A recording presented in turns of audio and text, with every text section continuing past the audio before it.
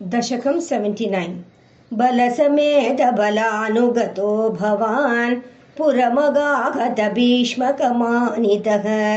द्विजसुतं त्वदुपागमवादिनं धृतरसादरसा प्रणनामस भुवनकान्तमवेक्ष्य भवद्वपुः नृपसुतस्य निशम्य च चेष्टितं विपुलखेदजुषां पुरवासिनां सरुदितैरुदितैरगमन्निश तदनुवन्दितुमिन्दुमुखे शिवां विहितमङ्गलभूषणभासुर निरगमद्भवदर्पितजीविताः स्वपुरतः पुरतः सुभटावृता कुलवधूभिरुपेत्य कुमारिका गिरिसुतां परिपूज्य च सादरं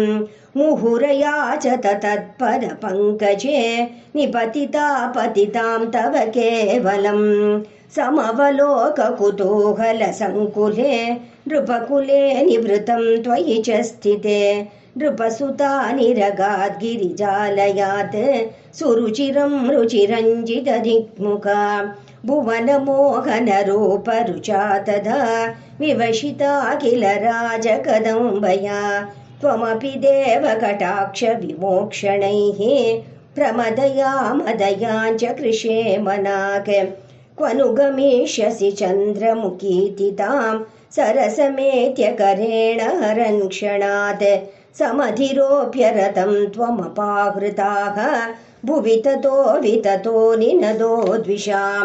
पनुगतः पशुपालयिति कृधा कृतरणाय दुभिश्च जिता नृपाः न तु भवानुदचाल्यत तैरहो पिशुनकैशुनकैरिव केसरीं तदनु रुक्मिणमागतमाघवे वदमुपेक्ष्य निबध्य विरूपयन् हृतमदं परिमुच्य बलोक्तिभिः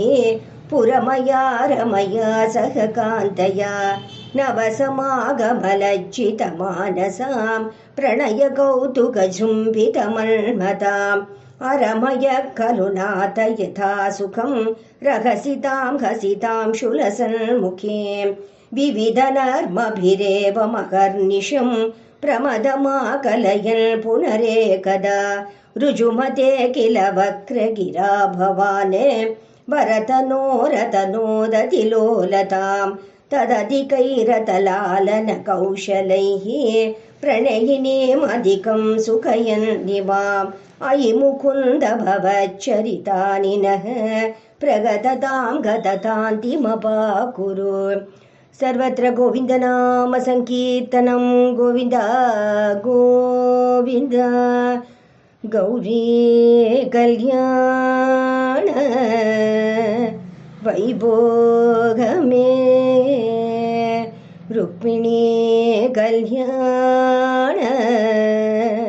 वैभोगमे।